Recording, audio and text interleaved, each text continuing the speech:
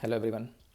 तो काफ़ी दिनों के बाद एक वीडियो बना रहा हूँ एंड मोस्टली जल्दी में बना रहा हूँ। एक्चुअली में क्लास थी और वो कैंसिल हो गई, ट्रेनिंग वाली डेटा एनालिसिस की। तो भी डेटा एनालाइज करने के अलावा आप लोगों के लिए वीडियो बना देता हूँ एक छोटा सा।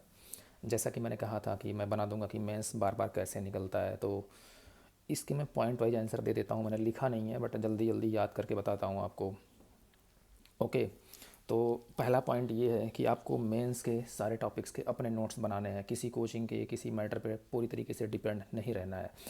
आप रेफरेंस ले लो किसी भी कोचिंग के मटेरियल का कि कैसे है, एंड PYQs देख लो, उसके बाद अपने नोट्स बनाओ, उसमें सारे डायमेंशन कवर करो, सारा एनालिसिस कवर करो, then it will be better. पहला पॉइंट ये हो गया। दूसरा पॉइंट, कम से कम 5 साल के PYQs एक बार लिख लो, है ना, एक बार लिख लो, आपको समझ में आ जाएगा कि क्वेश्चंस कैसे फ्रेम हो रहे हैं। स्टार्ट पहले से करना है, जैसे आपको 20, 21, 22, 23, 24 ऐसे लिखना है, 24, 23 ऐसे नहीं लिखना है ना। तो आप पीछे से स्टार्ट करके अब तक आना है मेंस से क्वेश्चन लिखते टाइम। इसके अलावा क्या करना है ना, हमेशा अपने आप को वैल्यू ऐड करना है। होता क्या है, जब एक बार मेंस निकल जाता है या कुछ और हो जाता है ना, हम रिलैक्स हो जाते हैं, आराम से पढ़ने लगते हैं। ऐसा होने से बचना चाहिए। पता है क्यों? क्योंकि जो बाकी के स्टूडेंट्स हैं ना, वो कंटिन्यूसली रिफॉर्म कर रहे हैं, वो लगातार अच्छा कर रहे हैं, वो लगातार सीख रहे हैं। तो ये भी बहुत ज़रूरी है कि आप जानो कि मतलब क्या पैटर्न चल रहे हैं, बच्चे क्या नया कर रहे हैं। तो मैं वो हमेशा करता था एंड विजन में काम करने लगा 2023 से, तो वहाँ पे और मालूम चलता था क्या नया पैटर्न आ रहा है, आंसर राइटिंग के कंटेंट बच्चे कैसा यूज़ कर रहे हैं, डायग्राम कैसे बना रहे हैं। आपको हमेशा सीखना पड़ेगा, आप रिलैक्स नहीं हो सकते हैं। इसके अलावा जो पॉइंट है वो ये है कि आपको फॉर्डर मटेरियल ज़्यादा यूज़ करना है ना। आप जो अपनी बात कहते हो उसके लिए आपके पास क्या एविडेंस है, क्या डेटा है, क्या एग्जांपल्स हैं, क्या एनालिसिस है, वो ज़्यादा लिखना है ना। इसके अलावा एक पॉइंट और आता है कि क्वेश्चंस के सारे डायमेंशन लिखने हैं। मोस्टली जो गलती करते हैं स्टूडेंट्स ना, वो सारे डायमेंशन लिख के नहीं आते हैं पेपर में। वो जो पहला डायमेंशन जो सीधे पूछा गया है वही लिखते हैं, जो उसमें छुपी हुई मांग है वो नहीं लिखते। वो उनको पता भी नहीं चलता कि कैसे लिखना है। जो टेस्ट सीरीज वगैरह में नॉर्मली बता दिया जाता है, अच्छा ये कर लो वो कर लो। देखिए टेस्ट सीरीज़ में ना आपको एक स्टैंडर्ड ऑपरेटिंग प्रोसीजर होता है उनका कि आपको यही सजेस्ट करना है, वो वही करेंगे। आप बार बार टेस्ट लिखना शुरू करोगे ना, एक टाइम ऐसा आएगा कि आपको सेम फीडबैक बार बार मिलेगा, उसमें कोई रिफॉर्म नहीं होगा। तो आपको अपने तरफ से सीखना पड़ेगा कि कैसे क्या बेटर करना है ना। तो आपको छुपी हुई मांगों पर लिखना पड़ेगा। और डिजास्टर के रीजन पूछ रहा है तो डिजास्टर के सॉल्यूशंस क्या हैं वो भी लिखना पड़ेगा, है ना। छोटे से लिखो, 75% क्वेश्चन की डिमांड पर लिखो, 25% सोल्यूशन दे दो। लगना चाहिए आप एडमिनिस्ट्रेटर बनने जा रहे हो, ना कि सिर्फ प्रॉब्लम गिनाने के लिए पहुंच जाओगे गवर्नमेंट में, है ना। एंड इसके अलावा क्या करना है, जो करंट इवेंट्स जो बहुत ज़्यादा हाईलाइट होते हैं उन्हें एग्जाम्पल बनाने की कोशिश करो। हमेशा ट्राई करो ना कि सामने वाले को क्या पता होगा, लिखना वो है जो सामने वाले को पता हो, वो नहीं लिखना जो आपको पता हो। समझ रहे हो? जैसे अगर आप डिजास्टर लिख रहे हो तो डिजास्टर में से एग्जाम्पल क्या दोगे, क्लाइमेट चेंज लिख रहे हो तो उसके एग्जाम्पल क्या दोगे कि साइक्लोन असना क्यों आ रहा है अरबियन सी में, है ना, दिल्ली में बाढ़ क्यों आ रही है, नए पैटर्न है ना, ये सबको पता होता है। लेकिन आप कुछ भी एग्जाम्पल लिखोगे 10 साल पुराना, 4 साल पुराना, 5 साल पुराना, कोई मतलब नहीं है उसका। आपको अवेयर नहीं माना जाएगा कि आप करंट से अवेयर हो, आप करंट प्रॉब्लम से अवेयर हो। तो जब आप ये करना शुरू करोगे ना, तो आप एक इकोसिस्टम में चले जाओगे जहाँ पे आप सोचोगे प्रॉब्लम्स एंड सॉल्यूशन।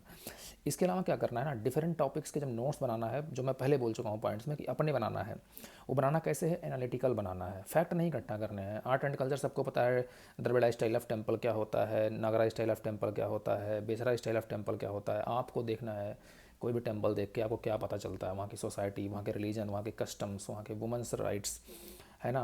आपको टेम्पल देख के ये चीज़ें समझ में आनी चाहिए कि उस समय का हिस्ट्री कैसा रहा होगा। तो ऐसे एनालाइज करो। ये किसी बुक में नहीं लिखा है, आपको खुद से उन टेम्पल्स के फ़ोटोज़ देख के करने पड़ेंगे। मैंने कुछ एग्जांपल दिए हैं जहाँ राइट वेज बताया है पढ़ने का तरीका, आप वीडियो जाके देखोगे वहाँ मिल जाएगा। इसके अलावा टेस्ट सीरीज़ बहुत ही लिमिटेड आपको इन्फॉर्मेशन देते हैं, आपको उससे आगे बढ़ना पड़ेगा, आपको सीखना पड़ेगा डेटा, फैक्ट्स, एग्जांपल एंड नए pattern of answer writing, discuss, comment etcetera का क्या मतलब होता है वो आपको ध्यान देना पड़ेगा। आप हमेशा फुल प्रिपेयर होके जाओ। ये नहीं कि लास्ट बार मैंने मेंस दिया था अब की बार मेरा बेटर प्रिपेयर होगा, या लास्ट बार मेरा मेंस निकला था इस बार फिर निकल जाएगा, ऐसा कुछ भी नहीं है। मैं सैकड़ों लोगों को जानता हूँ जो लास्ट बार मेंस निकाले इस बार नहीं निकला, लास्ट बार सेलेक्ट हो गए इस बार नहीं निकला। सो दैट ये होता है। तो आपको हमेशा अवेयर रहना पड़ेगा, अपने आप को रिलैक्स में मत जाने दो और लगातार रिफॉर्म करते रहो। लगातार रिफॉर्म करना ही है कि आप नए स्टूडेंट जो एंटर कर रहे हैं मेंस में ना, उन्हें बीट कर सकते हो। अदरवाइज़ वो बीट करके आपको आगे चले जाएंगे, उनका सिलेक्शन होगा, आपका नहीं होगा, है ना। तो आपको इतने पॉइंट्स इकट्ठा करने हैं और सबको एनालाइज करके एक जगह पे रखना है एंड इस पर आपको वैलिडेशन करना है, तब जाकर कुछ आप कंक्लूसिव कर पाओगे। तो बहुत कम टाइम था, 5 मिनट में मैंने समेटने की कोशिश की है।